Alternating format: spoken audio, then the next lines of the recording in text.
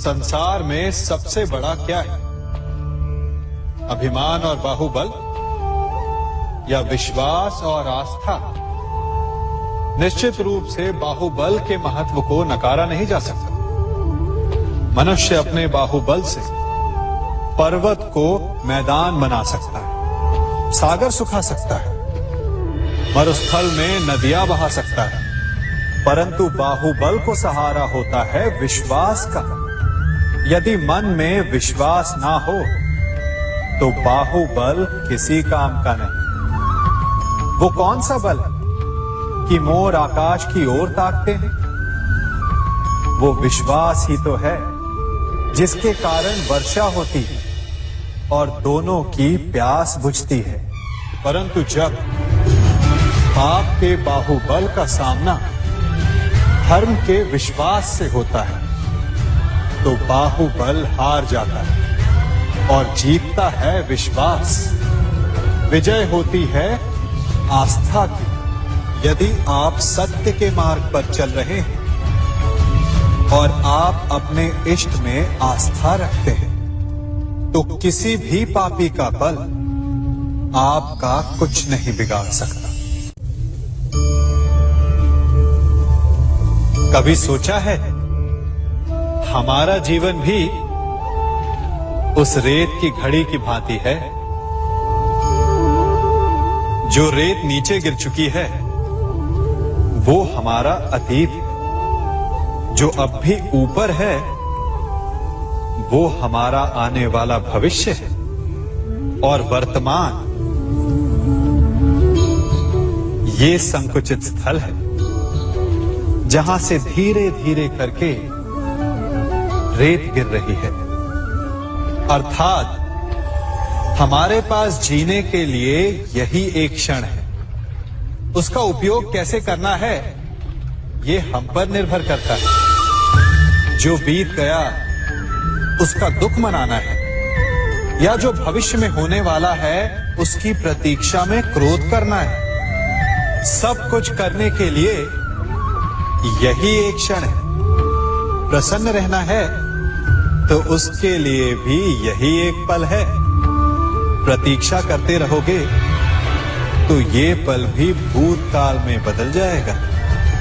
इसलिए आनंद के लिए, परोपकार के लिए प्रतीक्षा ना कीजिए।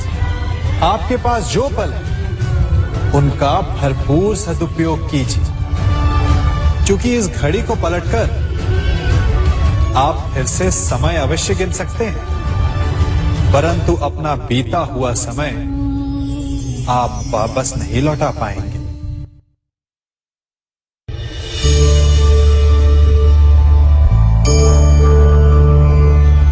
मनुष्य के जीवन में संतान का बहुत महत्व है।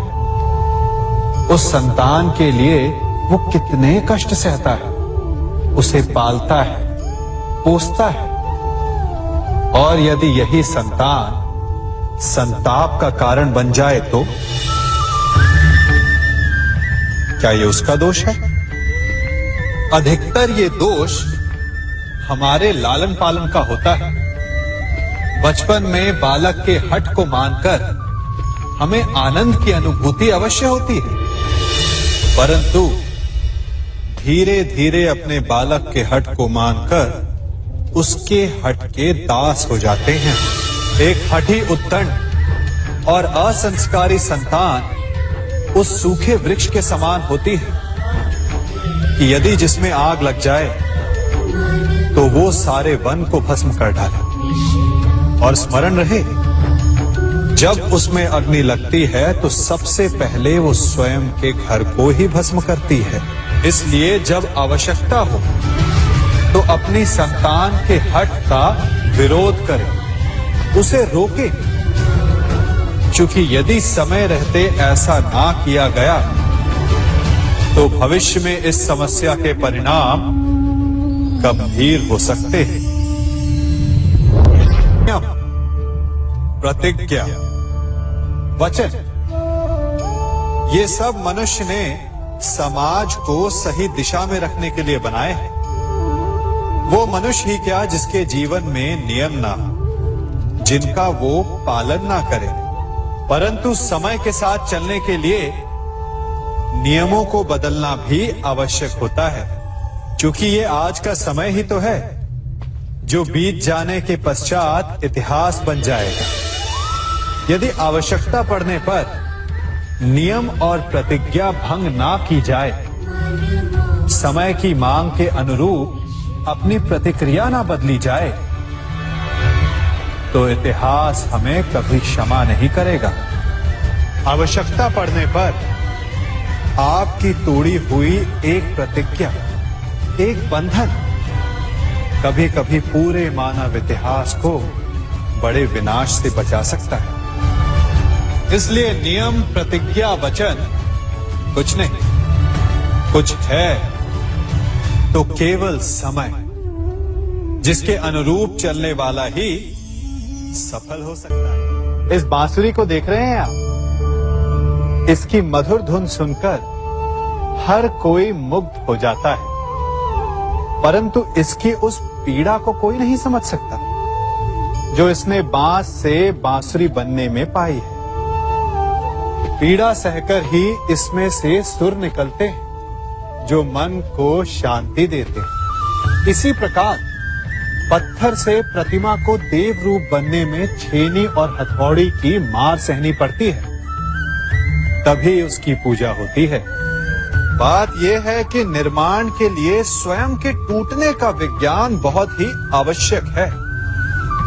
जब टूटकर चूर हो जाओगे तभी नया अस्तित्व पाओगे। अर्थात शक्ति पाने से पूर्व पीड़ा का भोग करना आवश्यक है। यदि पीड़ा से भागोगे तो शक्ति नहीं पाओगे। अभी आप पर निर्भर करता है कि आपको बांस बनकर रहना है या बांसुरी, पत्थर बनकर रहना है या प्रतिमा के रूप में सजना है। ये निर्णय आपका है। पिता होना बड़े आनंद का विषय है, और जितना बड़ा आनंद है उससे भी अधिक बड़ा उसका उत्तरदायित्व भी।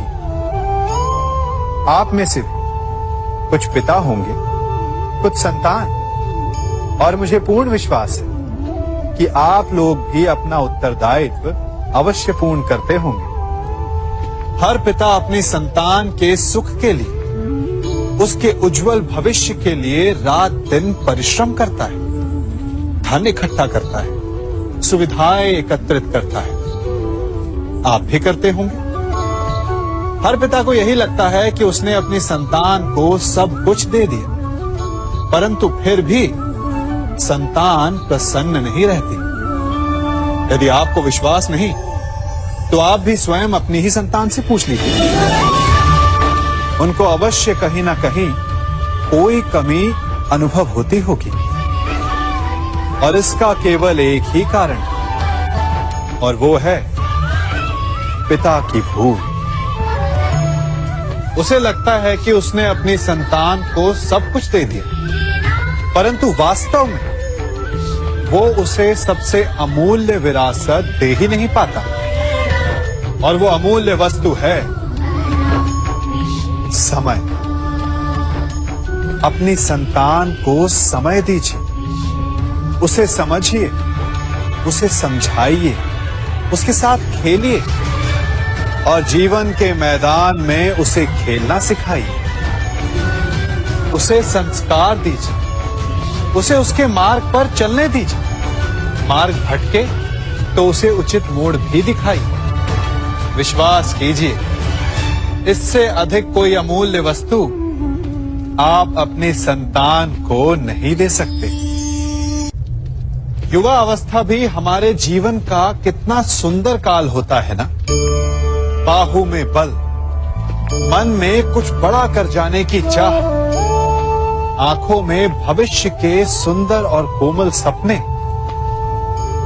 और इसी अवस्था में मनुष्य के भीतर पनपता है प्रेम। किसी को देखकर उस पर मन मोहित हो जाता है, और फिर मनुष्य अपना सब कुछ उस पर न्यौछावर कर देना चाहता है। फिर प्रेम की परिणति होती है विवाह में। क्यों?